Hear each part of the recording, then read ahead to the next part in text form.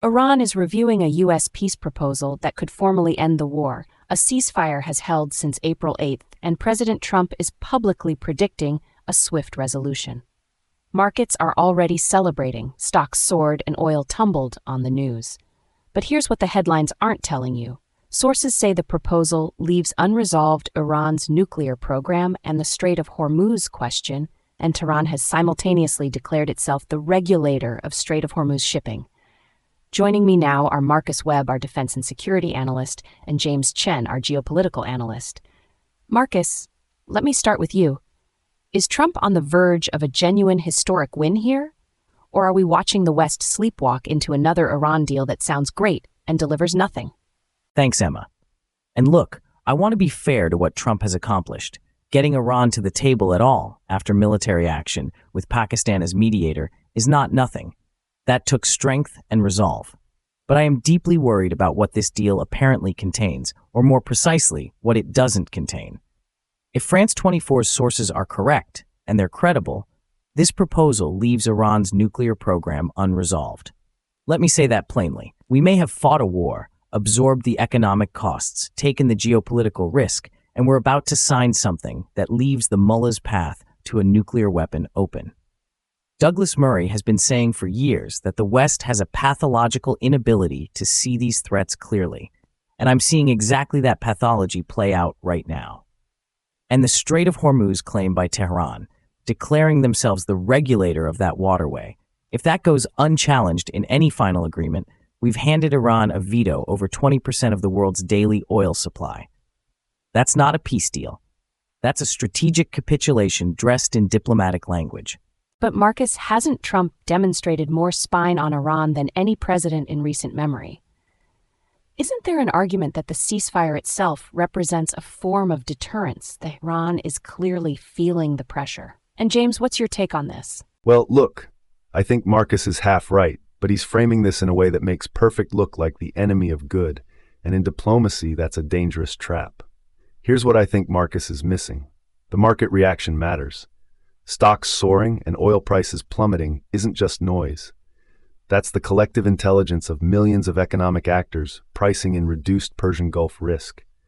If energy markets stabilize, that's a genuine material benefit for ordinary Americans, for allies in Europe who've been battered by energy costs, and for global supply chains still recovering from years of instability. Now, am I happy that the nuclear question is apparently unresolved? Absolutely not. But the diplomatic architecture here, Pakistan as mediator, a framework agreement, the pressure of a Trump-Xi summit happening simultaneously, this could be building toward a sequenced resolution where the nuclear issue gets addressed in phase 2. The JCPOA failed because it tried to do everything at once and satisfied no one. A staged approach might actually work if Trump has the discipline to hold the line on phase 2. I hear what James is saying, but with respect, that misses the point entirely. Phase 2 diplomacy with Iran. We've heard that before. That's exactly how the Obama administration justified every concession the JCPOA made. Oh, we'll get the harder issues in the next round of talks. There is no next round. There's just Iran using the breathing room to advance its nuclear program, while the world congratulates itself on statesmanship. And James, the Strait of Hormuz is not a Phase 2 issue. It's a now issue. Iran declaring itself the regulator of that strait is a direct challenge to freedom of navigation. 21 million barrels of oil a day, 1/5 of global petroleum consumption. If that claim stands unchallenged in a formal agreement, every American ally in the region, the Saudis, the UAE, the Israelis, will conclude that Washington's security guarantees are worthless. Short, punchy sentences matter here because the stakes are that simple.